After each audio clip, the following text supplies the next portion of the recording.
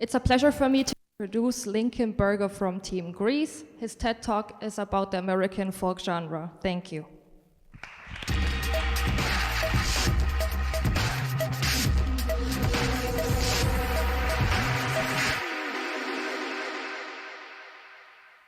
Hello, how's everyone doing? All right. There are two things that tie every single human together. The first is that we're all humans.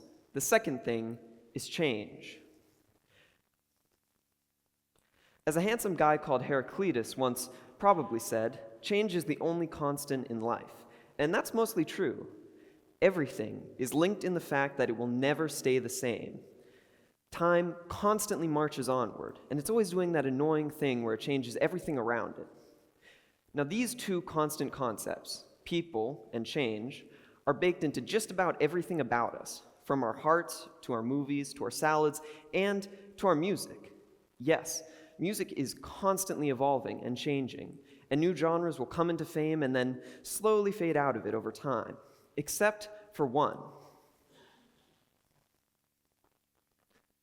Folk music. Somehow, folk music, like the sneaky little genre it is, has managed to survive always, and I think it always will, because it's a combination of the two constants, people and change. But how, exactly? Well, to see what I mean by this, let's take a look at folk's history. I don't know how this works. Folk has its beginnings in work songs, spirituals, and ballads, and it's been around for a very, very, very, very, very long time, brought to America from Europe.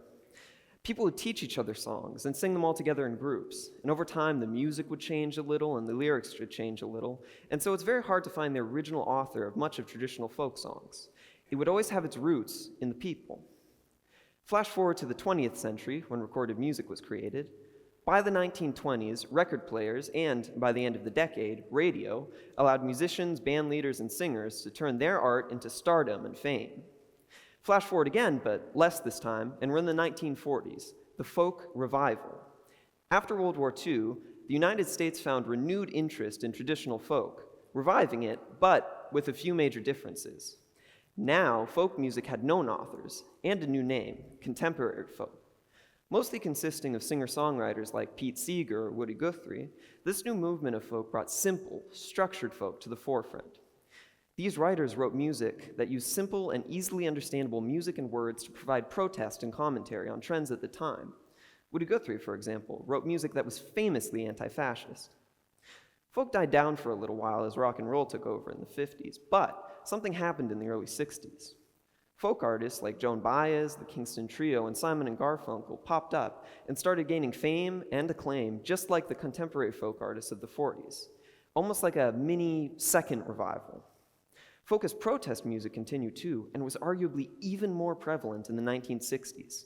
Songs by Bob Dylan were sung at civil rights protests, and by the end of the decade, in protests against the Vietnam War. These were songs that inspired change. Folk in the 60s was fiery and critical, and it became a rallying cry for change. Bob Dylan would go on to pioneer folk rock, which carried similar themes, lyrics, and style as folk, but with rock instrumentation thrown into the mix. This style, through which artists like Neil Young found success, continued well into the 1970s, but by the end of the decade, folk rock began to dwindle as the newer music genres of punk and post-punk blew up into the mainstream. But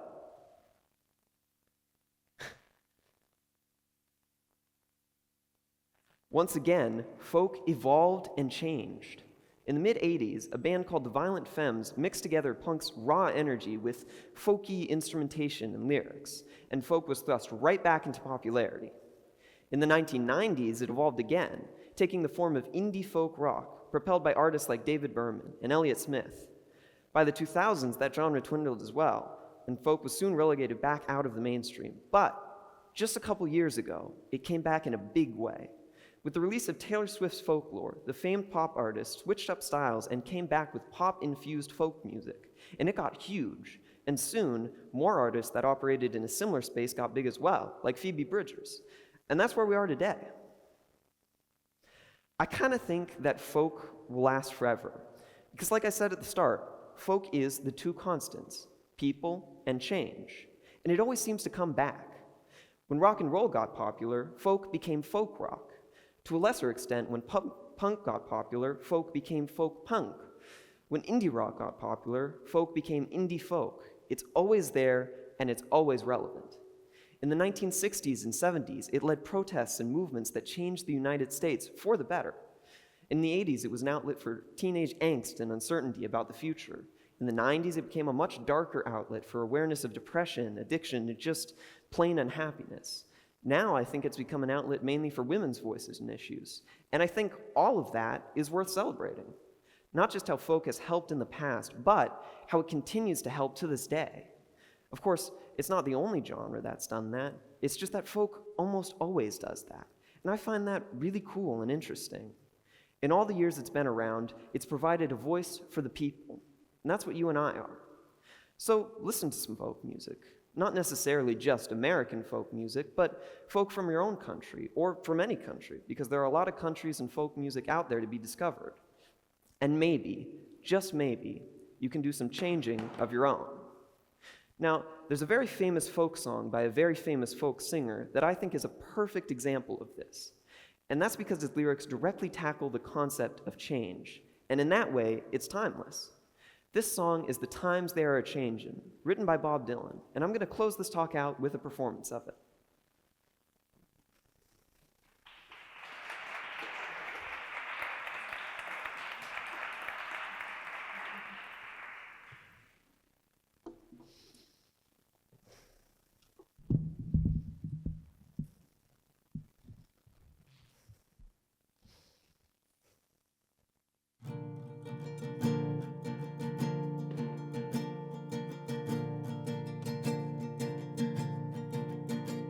Come gather round, people, wherever you roam, and admit that the waters around you have grown, and accept it that soon you'll be drenched to the bone. If your time to you is worth saving, then you better start swimming or you'll sink like a stone, for the times they are a-changin'.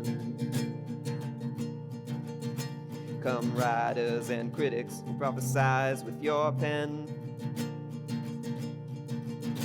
and keep your eyes wide, the chance won't come again. And don't speak too soon, for the wheel's still in spin.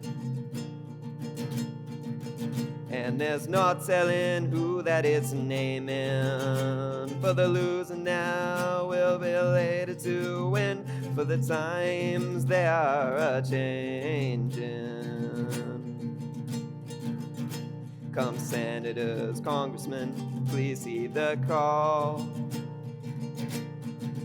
and don't stand in the doorway, don't block up the hall, for he who gets hurt be he who has stalled.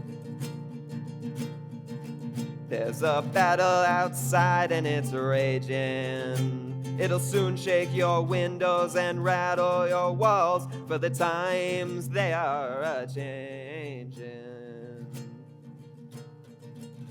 Come mothers and fathers throughout the land, and don't criticize what you can't understand. Your sons and your daughters are beyond your command. Your old road is rapidly aging. Please get out of the new one if you can lend your hand, for the times they are a-changin'. The line it is drawn, the curse it is cast. The slow one now will later be fast, as the present now will later be past.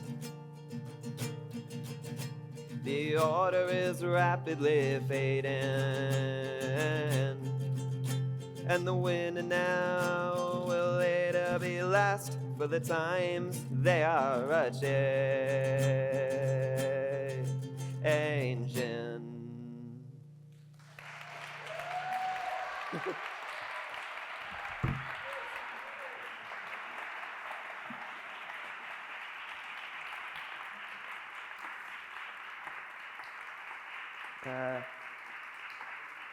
There's one more slide.